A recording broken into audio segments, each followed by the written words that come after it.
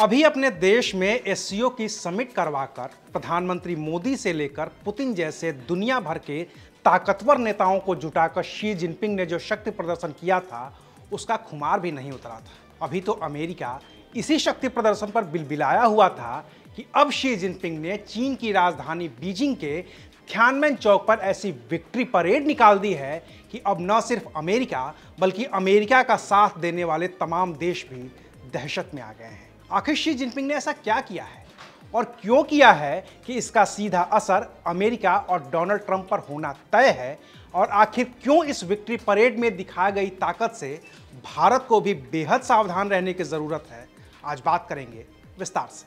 नमस्कार, मैं हूं अविनाश और आप देख रहे हैं एबीपी लाइव। 2 सितंबर 1945 वो तारीख थी जब जापान ने दूसरे विश्व युद्ध में अपनी हार मानकर इंस्ट्रूमेंट ऑफ सरेंडर पर साइन किए थे। इस जंग में जापान चीन का दुश्मन था, तो चीन जापान की हुई इस हार को अपनी जीत की तरह देखता है, और इस साल 2025 में उस जीत के 80 साल पूरे होने पर चीन ने एक विक्ट्री परेड निकाली है जिसकी अगुवाई राष्ट्रपति शी जिनपिंग कर रहे हैं। इस विक्ट्री परेड के दौरान शी जिनपिंग ने अपनी परंपरागत मिलिट्री ड्रेस की बजाय ऐसे कपड़े पहने हैं जो माओ त्से तुंग पहना करते थे, और माओ का नाम एक ऐसे तानाशाह की तरह लिया जाता है जिसने दुनिया तो क्या अपने लिए अपने देश के लोगों की भी परवाह नहीं की थी, जिसका नतीजा हुआ कि चीन दुनिया के नक्शे पर एक महाशक्ति की तरह उभरा और माओ पूरी दुनिया के लिए एक किंवदंती की तरह बन गए। तो शी जिनपिंग भी अब उसी राह पर है। पिछले 13 साल से चीन की सत्ता पर शी का एकाधिकार है जिसे कोई भी चुनौती देने वाला नहीं है, और ऐसे में अमेरिका के बरक्स एक और शक्ति केंद्र स्थापित करने की कोशिश में जुटे शी जिनपिंग ने इस विक्ट्री परेड के बहाने वो कर दिखाया है जो कभी माओ भी नहीं कर पाए थे। दरअसल इस विक्ट्री परेड को शी जिनपिंग ने अपनी शक्ति के प्रदर्शन का जरिया बनाया है, जिसमें बीच में वो खुद मौजूद हैं। उनके दाहिने तरफ है रूस के राष्ट्रपति व्लादिमीर पुतिन और बाईं तरफ है नॉर्थ कोरिया के राष्ट्रपति किम जोंग उन और उनकी बेटी किम जू। इन तीनों का अमेरिका से रिश्ता क्या है अब किसी से छिपा नहीं है।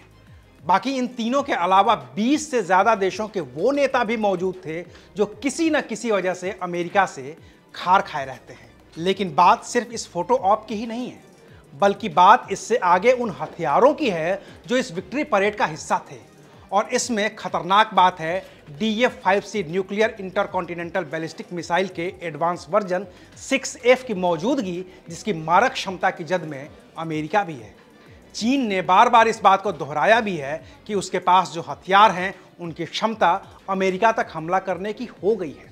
इसके अलावा इस विक्ट्री परेड में hypersonic glide vehicles, YJ-21 anti ship cruise missile और JL-3 पनडुब्बी से छोड़ी जाने वाली बैलिस्टिक मिसाइलें भी शामिल हैं। इसके अलावा भी इस विक्ट्री परेड में चीन ने उन हथियारों का प्रदर्शन किया है जो पहली बार पूरी दुनिया के सामने आए हैं।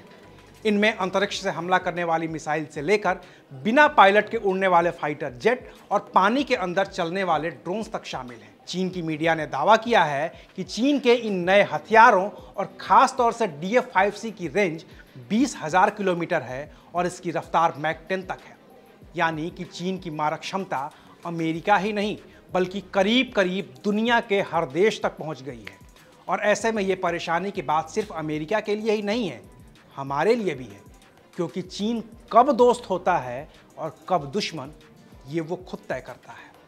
लिहाजा चीन पर इतनी आसानी से कभी भी भरोसा तो नहीं ही किया जा सकता, और विक्ट्री परेड में भारत के दोस्तों के साथ ही भारत के सबसे बड़े दुश्मनों यानी कि पाकिस्तानी प्रधानमंत्री शाहबाज शरीफ और पाकिस्तानी सेना के मुखिया आसिम मुनीर की मौजूदगी इस बात का इशारा है कि भारत को सतर्क रहने की ज़रूरत तो है। बाकी देखते हैं कि चीन की इस विक्ट्री परेड पर अमेरिका क्या रिएक्शन देता है, क्योंकि ट्रंप बिना बोले तो मानेंगे नहीं।